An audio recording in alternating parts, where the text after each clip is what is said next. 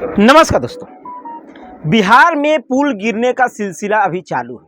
आप सोच रहे हो कि एक पुल गिरा, दो पुल गिरा, तीन पुल गिरा, चार पुल गिरा। अब तो शायद बिहार में पुल गिरने का जो सिलसिला वो थम जाएगा, लेकिन नहीं, आप गलत हैं।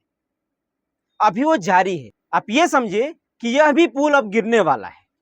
बस कुछ दिनों की बात है, इंतजार कर लीजिए। ये भी पुल आज नहीं तो कल गिर ही जाएगा और ठेकेदार और इंजीनियर महोदय लोग को एक और ठेका मिलने का मौका मिल जाए। 18 दिन के अंदर यह 5वां पुल गिरने वाला है बिहार में। बिहार में मानसून आते ही नदी और नाले पर बने पुल एक एक करके ध्वस्त हो रहे हैं। वही किशनगंज जिले के एक पुल का हाल है।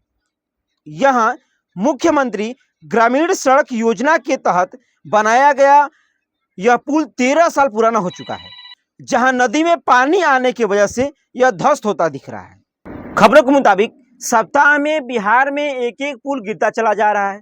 पहला पुल अररिया में गिरा, जो पूरी तरीके से अभी बन के तैयार भी नहीं हुआ था और वह ध्वस्त हो गया। दूसरा पुल पश्चिमी चंपारण में गिरा और तीसरा पुल सिवान जिले में ध्वस्त हो गया और फिर यह चौथा पुल किशनगंज में गिरने वाला है।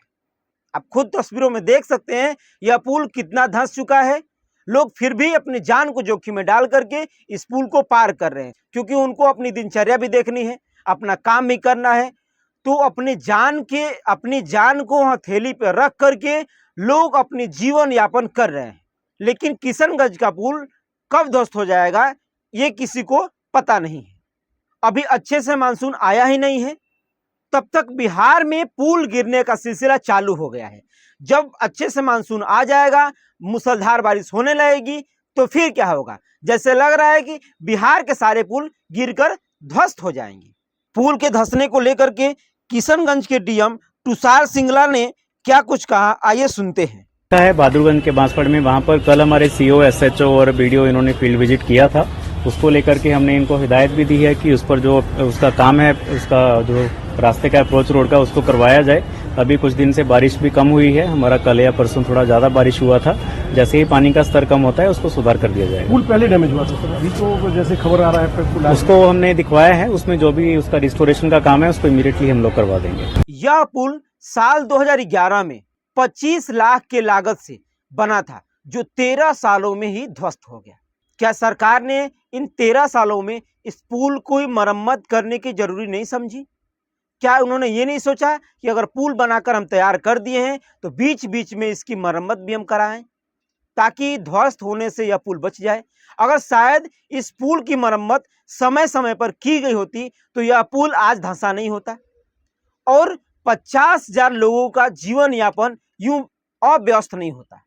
इस पुल के धंस जाने से बहुत लोगों की रोजी रोटी तक बंद हो गई है।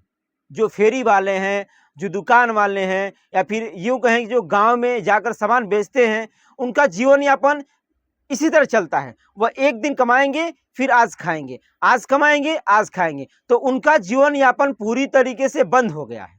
अब पता नहीं कि किशनगंज का पुल अब ये कब बनेगा, क्योंकि जिस तरीके से बिहार में पुल गिर रहा है तो हमें नहीं लग रहा है कि सरकार इतना जल्दी जल्दी एक एक करके पुल को बना देगी। अगर इसी तरह से बिहार में पुल गिरता रहा तो सबकी जीविका जो कि बंद हो जाएगी, जिसका रोजगार रहेगा वो छिन जाएगा। सरकार को इस पे ध्यान देना चाहिए और जितना जल्द से जल्द हो सके इन सारे पुलों की मरम्मत और जो पुल जो कि पूरी तरह से ध्वस्त हो चुके हैं उनको जल्द से जल्द बनवाने की कोशिश करनी चाहिए, ताकि जो भी इस पुल के गिरने की वजह से प्रभावित है उनका जीवन यापन फिर से शुरू हो सके। हम यूं कहें कि यूपी में पेपर लीक और बिहार में जो है कि पुल का गिरना, ये सिलसिला पूरी तरीके से चालू है और ये पता नहीं कब थमेगा, इसका कोई ठिकाना ही नहीं है। क्योंकि जब भी उत्तर प्रदेश में कोई परीक्षा होती है तो वहां पे पेपर लीक हो ही जाता है और इधर बिहार में आप खुद देख रहे हैं कि अभी पुल बनकर पूरी तरीके से तैयार ही नहीं हुआ रहता है कि पुल ध्वस्त हो जाता है। तो इधर उत्तर प्रदेश में पेपर लीक का मामला जो थम नहीं रहा है और बिहार में जो है कि पुल गिरने का मामला ही नहीं थम रहा। वैसे इसमें आपकी क्या राय है? जिस तरीके से इंजीनियरों को, ठेकेदारों को ठेका दिया जाता है पुल को बनवाने के लिए, वो किस तरीके से बनाते हैं कि पुल ध्वस्त हो जाता है, और जिस तरीके से उत्तर प्रदेश में जिस आयोग को, जिस कंपनी को उत्तर प्रदेश आयोग पेपर करवाने के लिए देती है, किस तरीके से वो व्यवस्था करते हैं कि पेपर लीक हो जाता है। कमेंट सेक्शन में जरूर बताइएगा। आप ये खबर भारत न्यूज देख रहे हैं, मैं संतोष प्रसाद, जय हिंद।